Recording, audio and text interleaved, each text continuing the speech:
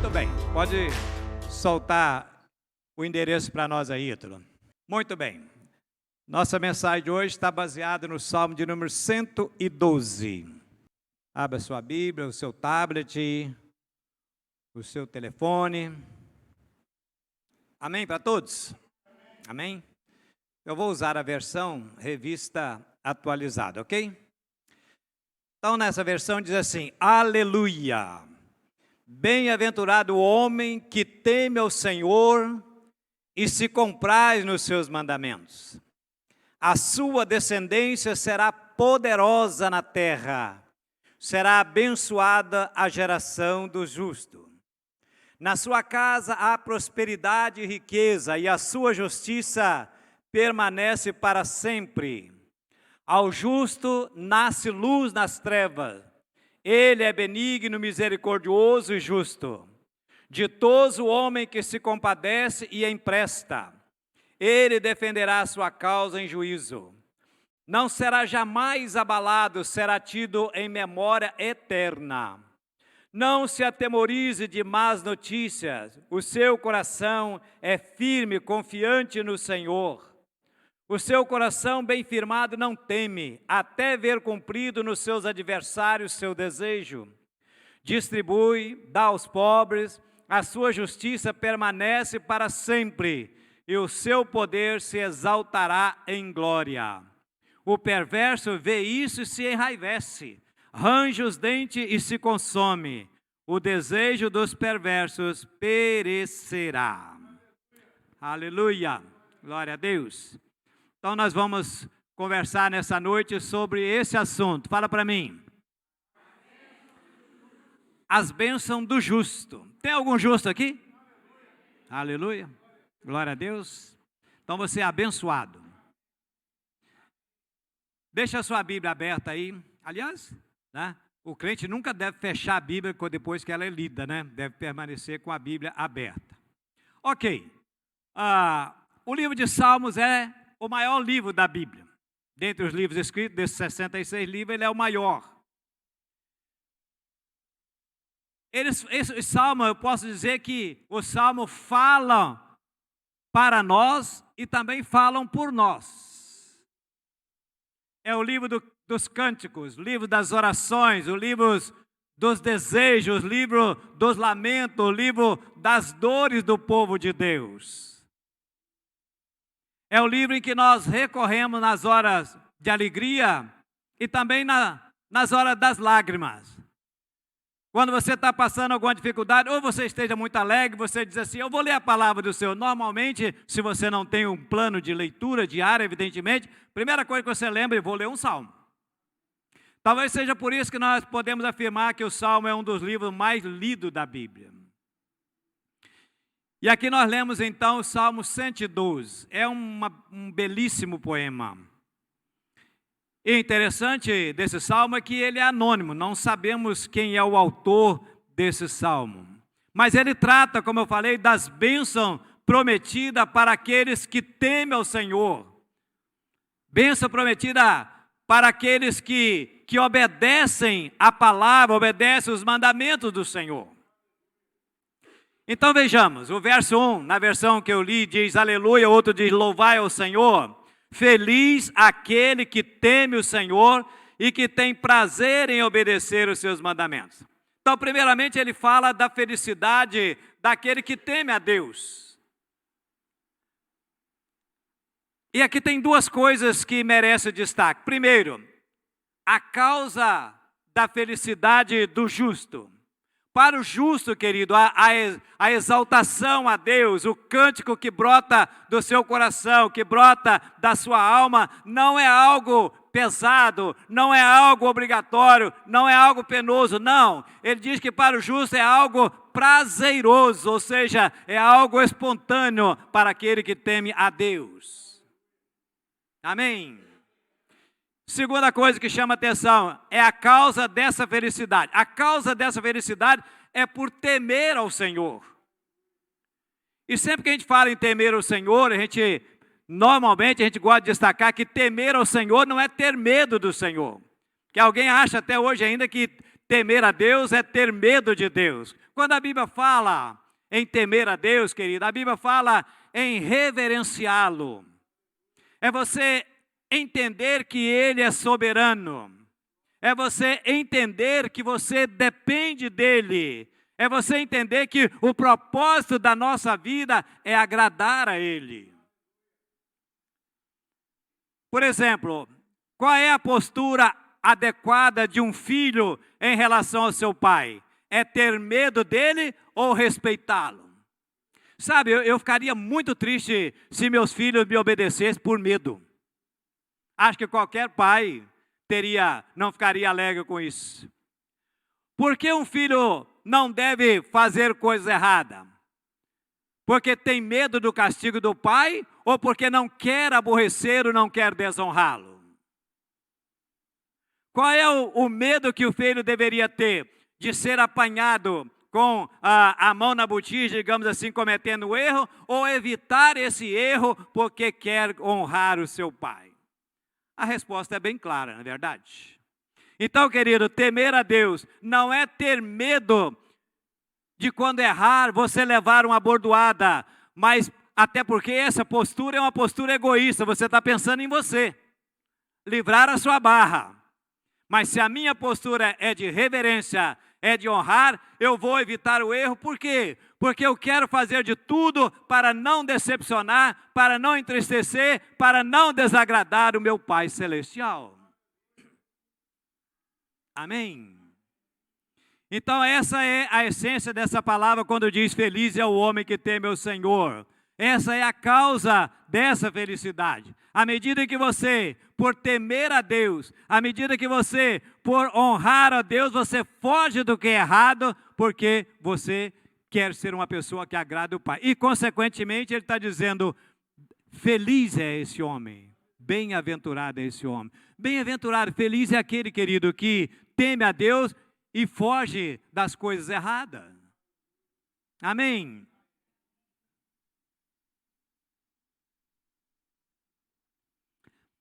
Muito bem, qual é a evidência então dessa felicidade? Está na parte B aí do versículo 1.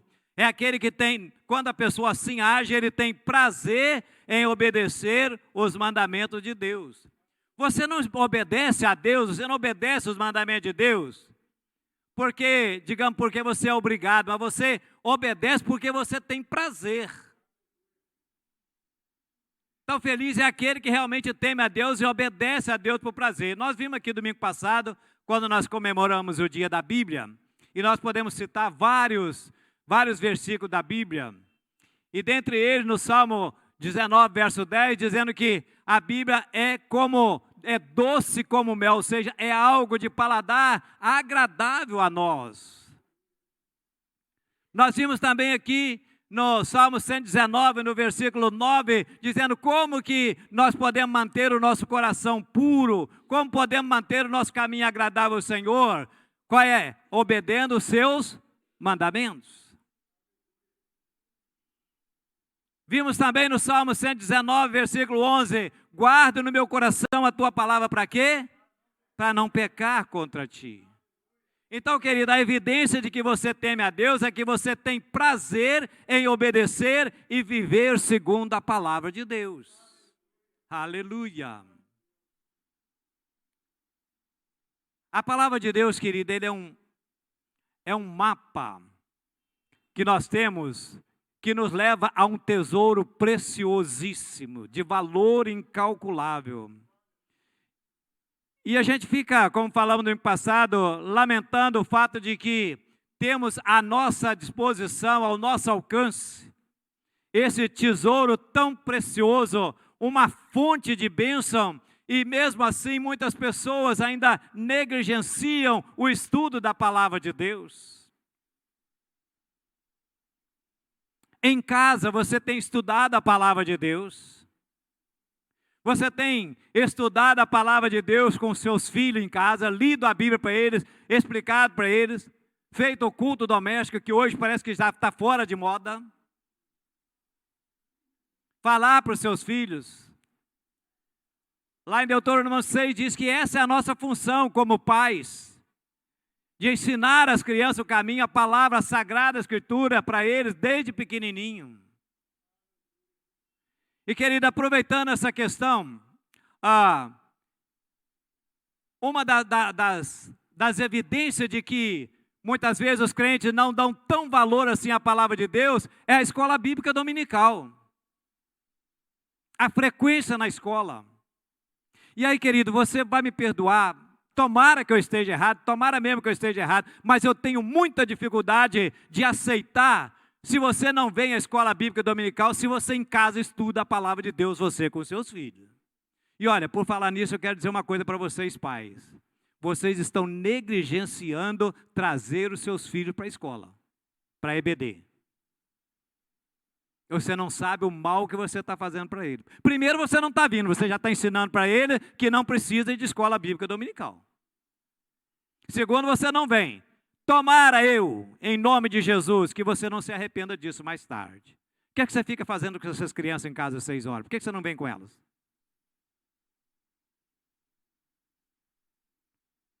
Faz um propósito, querido.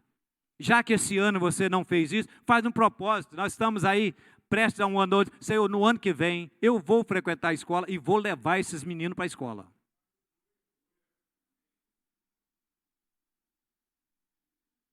Quantas crianças, querida, que não vêm na IBD? Claro que elas não vêm porque elas não podem vir sozinhas.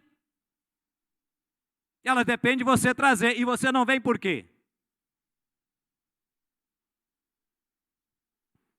Então, feliz é o homem que tem prazer em guardar os mandamentos do Senhor, estudar a palavra de Deus. Esse homem é feliz.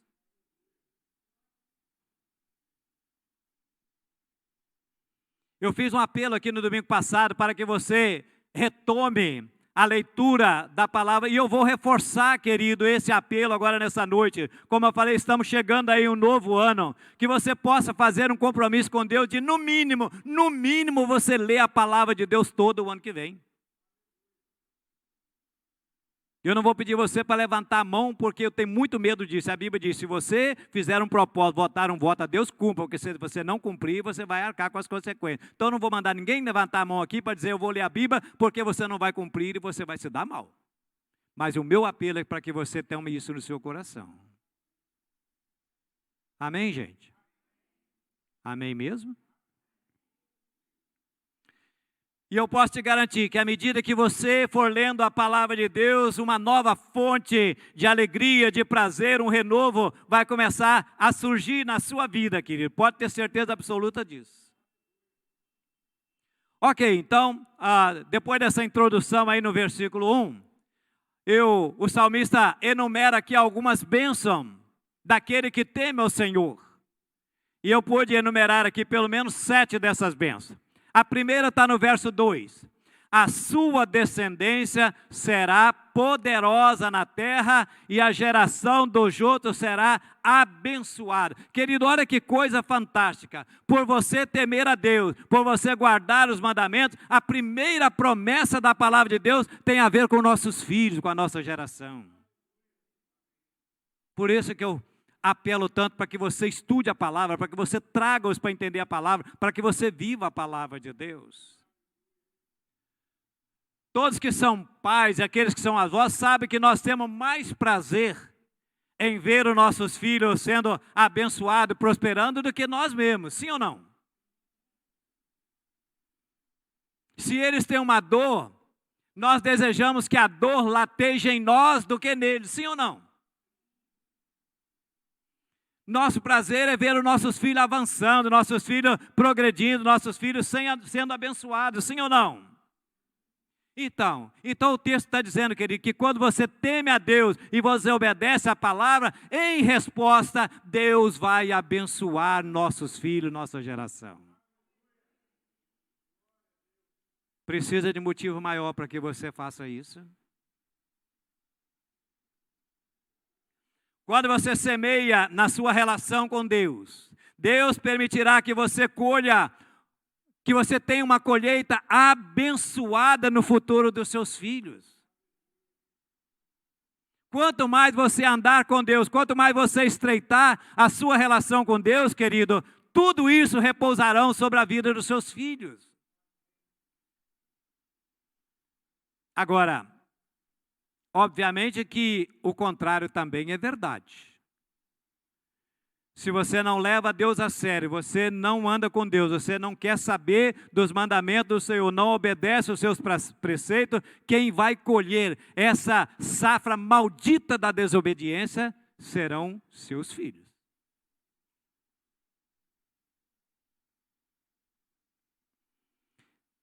Então a promessa de Deus para nós geralmente inclui nossos filhos. Geralmente. Você começa a ler, desde lá da lei, você vai ver que tudo aquilo que nós fizermos, nós estaremos semeando na vida dos nossos filhos. Que eles vão colher. O salmista diz lá no Salmo 37, verso 25. Fui moço e agora sou velho. Mas eu nunca vi um justo mendigar, nunca vi um justo desamparado, nem a sua descendência mendigar o pão.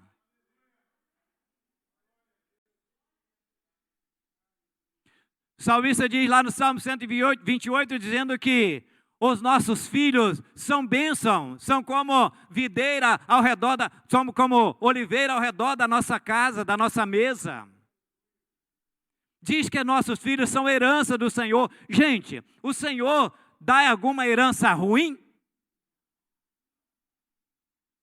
Não entenderam o que eu falei, não? Por acaso o Senhor dá herança ruim para alguém? Então seus filhos são herança boa, bênção pura. E é interessante que nesse mesmo Salmo 127, o salmista diz em determinado momento que os filhos são como flecha na mão do valente. Ora, nenhum guerreiro, querido, terceiriza a outro soldado ao uso da sua flecha. A sua flecha tem que estar na mão dele para que na hora que ele precisar, ele possa então fazer o uso dela. Olha para mim, você, não terceirize a educação dos seus filhos para outro.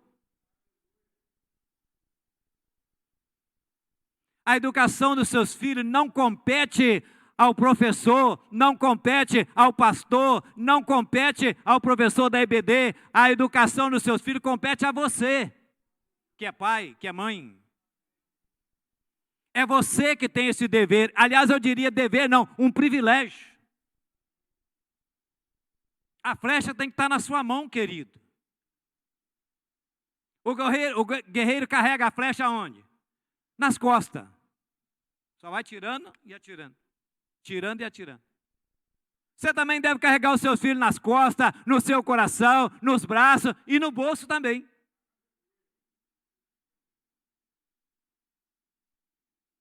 O guerreiro não desperdiça flecha, ele não sai atirando flecha para todo lado, querido. Ele só atira no alvo certo. Então nós devemos também, querido, criar filhos, nossos filhos, para um alvo certo, ou seja, criar filhos para que eles possam honrar e glorificar o nome do Senhor e para que eles sejam bênção na sociedade. Uma família abençoada ajuda a criar filhos para honrar a Deus e para que a nação também possa progredir. Que tipo de filho você está criando?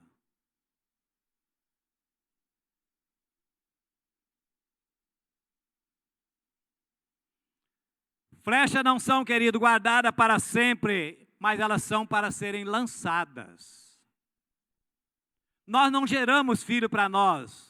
Nós geramos filho para o mundo. Nós preparamos os filhos para a vida. Essa ideia de clã, ela não é bíblica. Hoje nem tanto, mas a pessoa tinha aquele monte de filho, aí vai casar o primeiro filho, faz um puxadinho e fica ali. Vem casar o outro, faz outro puxadinho e vai ficando ali, aquele negócio todo. Isso não é bíblico. O conceito bíblico de Deus é qual é? Deixará o seu pai e sua mãe, se unirá a sua mulher e serão uma só. Ou seja, deixará em todos os sentidos, inclusive no sentido geográfico. Os filhos são como flecha, querido. Você não cria filho para você. Às vezes o filho vai crescendo, aí aquela moça namora, noivou. Quando é o casamento? Não sabemos ainda não. Lá para o ano que vem, a mãe já está chorando, já está desesperada. Meu filho passou no concurso, meu filho passou no vestibular, vai trabalhar. Ai, meu Deus, vai embora, vai para onde? Vai lá para Guarapari.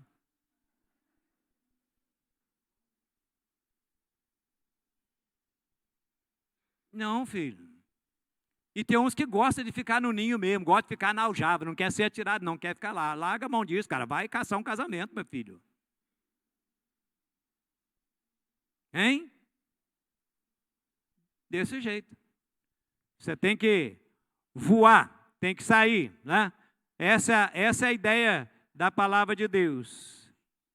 Por isso que a Bíblia diz que são como flecha na mão do...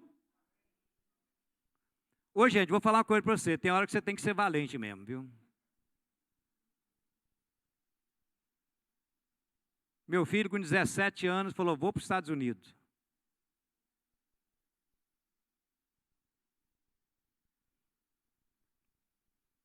Aí os irmãos da igreja falaram assim, você vai deixar, pastor? Você está doido? Menino com 17 anos, embora para os Estados Unidos. Eu disse, mas eu não criei filho para mim. Eu criei filho, ensinei a eles tudo que é certo, que é correto, o temor do Senhor, para a vida, para ele. Eu não quero amanhã ou depois ser acusado, ele jogar na minha cara que ele quis a carreira dele, fazer o que ele gostaria, que eu não deixei. E aí nós atiramos a flecha. Mas eu vou dizer uma coisa para você, quando vê aquele avião subindo, tem que ser valente. Minha filha com 16 anos está ali, 16 não, 12, ela, 6, 7 anos de diferença, 12 anos pouco do lado, quando eu fizer 18 anos eu também vou para os Estados Unidos. Falei, mas nem pensar nisso. Está quase morrido de uma vez. Só para encurtar a conversa, com 18 anos ela... Querido, tem que ser valente mesmo, na hora de ser... Você estica... A vontade que você tem é de segurar, não soltar não, mas tem que soltar. Tem aqueles pais, né? Tem um pai aí, por exemplo, que ele já comprou um apartamento, já comprou mais 2 no mesmo prédio. Não quero que meus filhos vão embora. Eu digo, coitado. Eu nunca imaginei isso também, querido. Graças a Deus que hoje meu filho está de volta, né? Tem uma nora bonita, tem uma neta que eu te contar, né? Ser bonita assim, é rabelo mesmo, puxou o pai. Puxou o pai, não, puxou o avô. Você sabe que o neto puxa o avô. Bom, vamos em frente. Onde é que eu estava? Muito bem, a segunda bênção prometida então, ainda no verso 3, a parte A diz assim, na sua casa há prosperidade e riqueza. Querido, vai olhando que tudo isso é bênção, consequência de você temer a Deus e guardar os mandamentos do Senhor. No Velho Testamento, quando se fala aqui de prosperidade e riqueza, está falando realmente de valores monetários, de dinheiro mesmo. Mas quando você avança para o Novo Testamento, além disso, é um pouco mais abrangente, ou seja, a abrangência é maior, porque fala das bênçãos espirituais, que é infinitamente melhor. Não importa se você mora numa mansão ou se você mora numa casa simples. Se você tem carro ou você não tem carro. Se você tem muito ou você tem pouco dinheiro. Se você está em Cristo, você é rico. Cutuca o seu irmão e fala, você é rico, rapaz.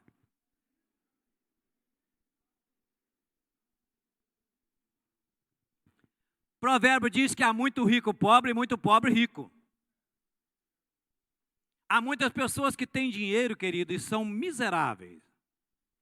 A única coisa que tem é dinheiro. John Rockefeller, que é o primeiro bilionário desse mundo, falou que o homem mais pobre desse mundo é aquele que só tem dinheiro. Se você tem Jesus, você é rico. Se você tem Jesus, você faz parte do povo mais feliz dessa terra. Se você tem Jesus, você é herdeiro de Deus. Se você tem Jesus, você possui uma herança eterna, e isso não tem dinheiro que pague, querido.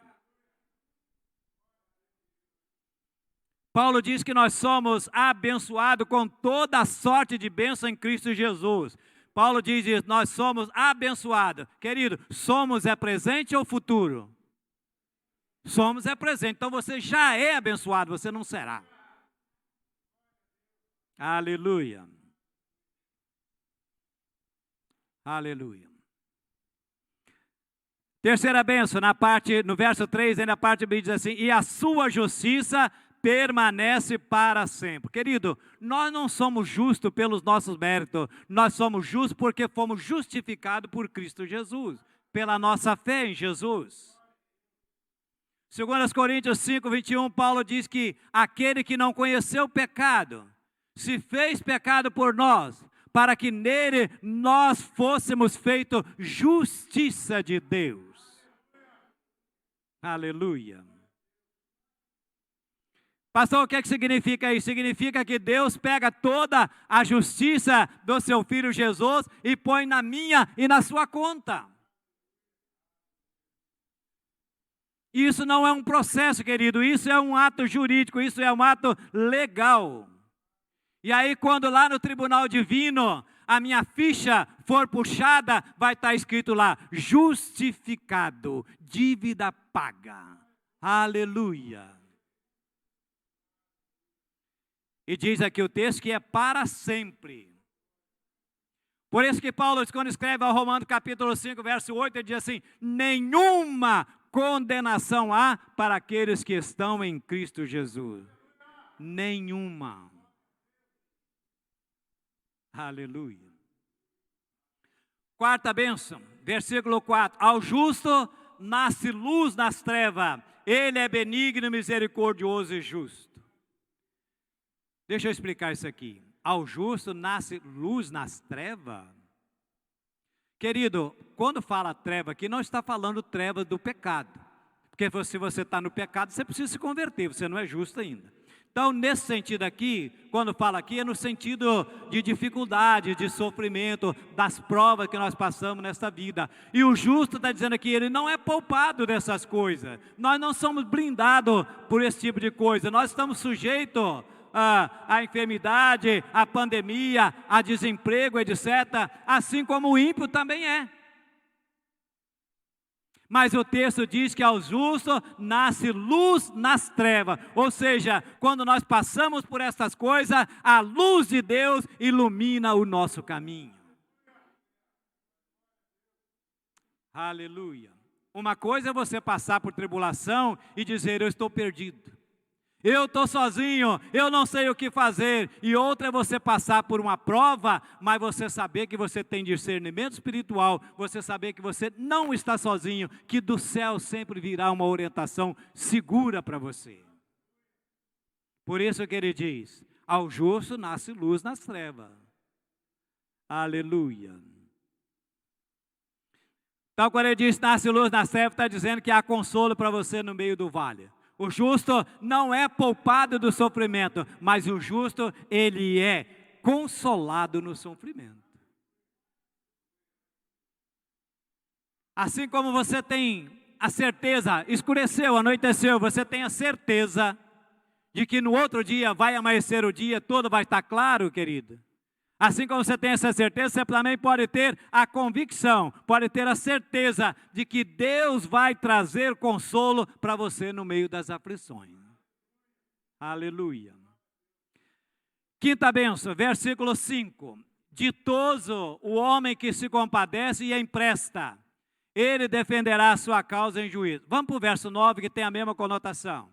Distribui, dá aos pobres, a sua justiça permanece para sempre e o seu poder se exaltará em glória. Olha que coisa preciosa. O justo tem prazer em ajudar. É aquele que entende, compreende e acata as palavras de Jesus que diz, mais bem-aventurado é dar do que receber. Quer saber se uma pessoa é crente mesmo? Vê se ela é generosa. Sim. Porque não combina com crente ser pão duro, mão de vaca, ser miserável, avarento. Crente tem que ter o coração aberto, crente tem que ser mão aberta, crente tem que ter o bolso aberto. Nossa, eu não ouço um amém, hein?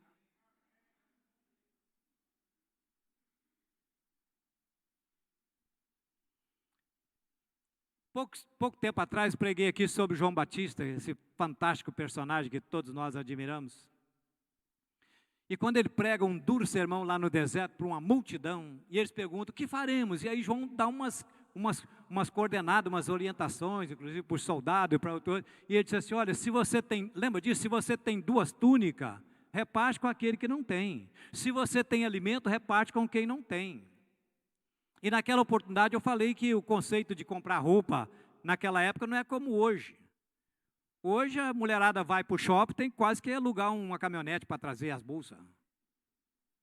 Naquele tempo você tinha uma roupa, você usava até acabar, depois você comprava outra. Então aí quando João diz assim, você tem 2 túnicas, dá para quem não tem. E eu pergunto para os homens que estão aqui, os homens, quantas camisas o senhor tem lá no seu guarda-roupa? As mulheres, as meninas de 100 anos para baixo, quantos vestidos, quantas blusas a senhora tem no seu guarda-roupa? Nem você sabe. Ô minha filha, distribui esse negócio aí, não fica esperando emagrecer não, que você não vai emagrecer não. Vai não.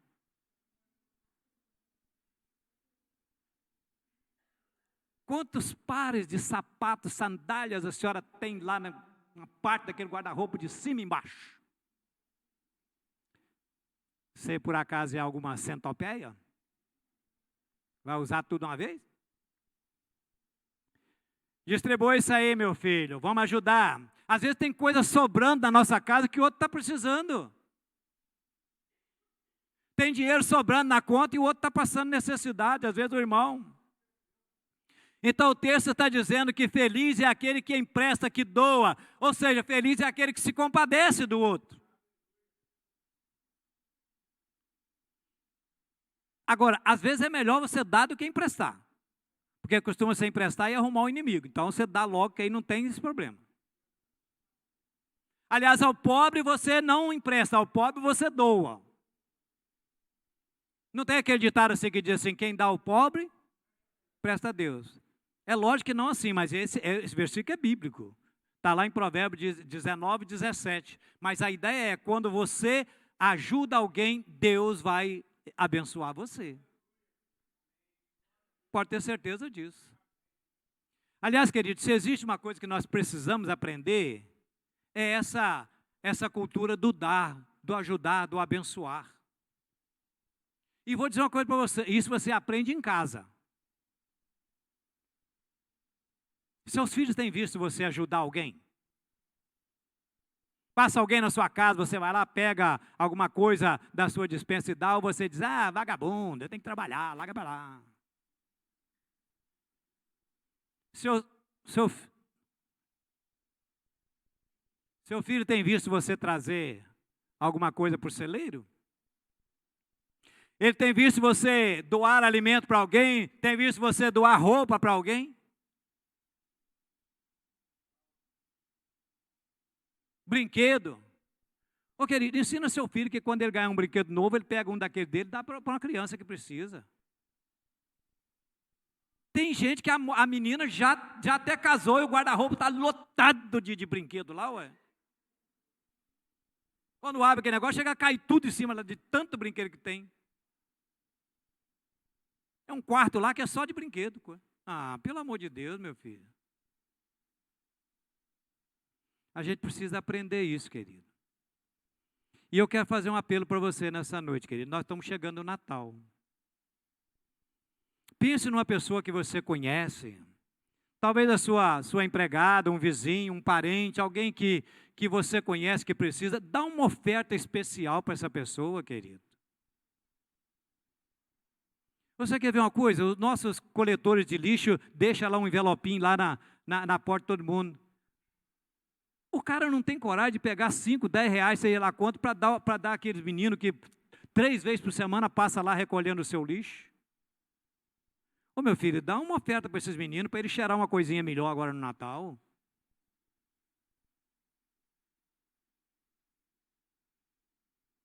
2 Coríntios 9, 9 e 10 fala assim: conforme está escrito, espalhou, deu aos pobres, a sua justiça permanece para sempre.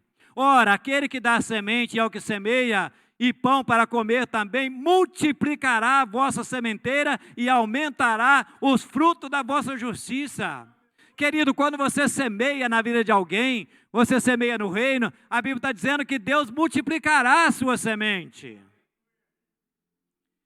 E agora você tem oportunidade, nós vamos agora no dia 31, você ouviu aqui, né? E você não pegou aí no envelope, tem lá, a oportunidade que você tem de dar uma oferta em gratidão a Deus por mais um ano de vida. Querido, quantas coisas Deus livrou você nesse ano, Deus não deixou faltar para você o pão de cada dia, Deus abençoou a sua família, livramento daquela enfermidade, quantas coisas maravilhosas Deus fez. Você passa o ano todo, não dá uma oferta para Deus, não dá uma oferta para o reino de Deus. Dia 31 agora você tem essa oportunidade, pega lá o seu envelope, lá um envelope diferenciado, faça isso, querido. Demonstre a sua gratidão a Deus. Deus se agrada disso. O povo de Israel não chegava diante de Deus sem levar uma oferta. Tem gente que passa o ano todo, querido, faz aniversário, aniversário de casamento, nasce um filho, aniversário do filho, tem uma promoção na empresa, não é capaz de lembrar de Deus. Não. E Ele vai abençoar essa semente e vai multiplicar a sua sementeira. É promessa dele, não é do pastor. Sexta benção, verso 6. Não será jamais abalado, será tido em memória eterna. Querido, não será jamais abalado não significa que nós não teremos as nossas provações.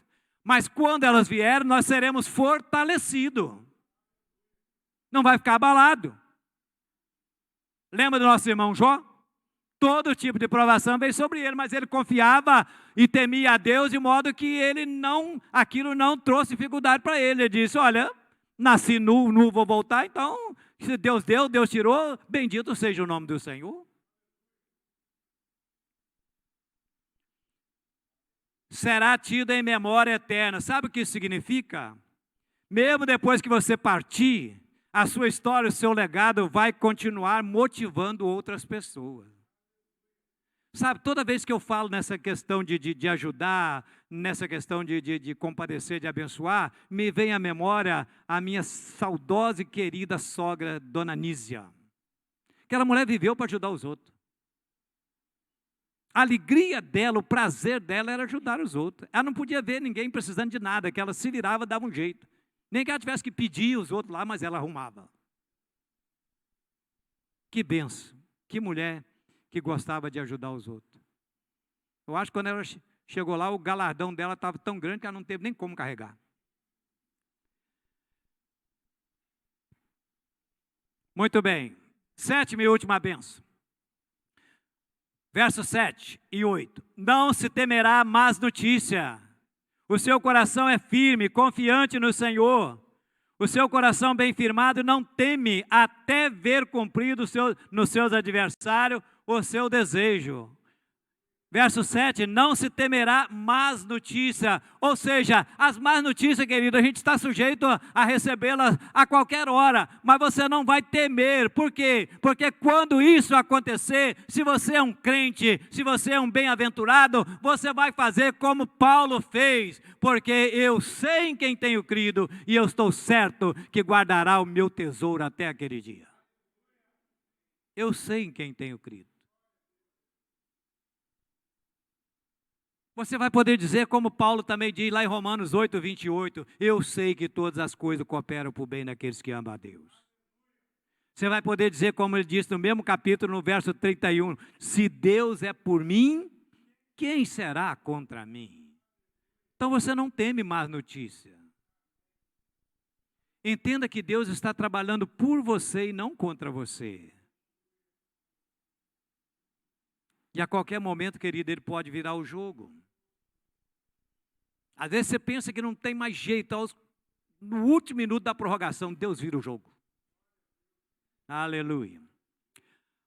Ok, fechando então o verso 10. O perverso vê isso e se enraivece, range os dentes e se consome. o desejo do perverso perecerá. Olha só que contraste entre o perverso e o justo. O perverso não tem prazer, querido, em ver você ser bem-sucedido na vida. Aqui está dizendo que ele vê isso, fica com tanta raiva que chega a ranger os dentes. Mas o desejo dele de ver você numa pior perecerá. Porque a bênção do Eterno vai continuar sobre você hoje e por toda a eternidade. Amém. Glória a Deus. Você foi abençoado com essa palavra? Amém. Amém.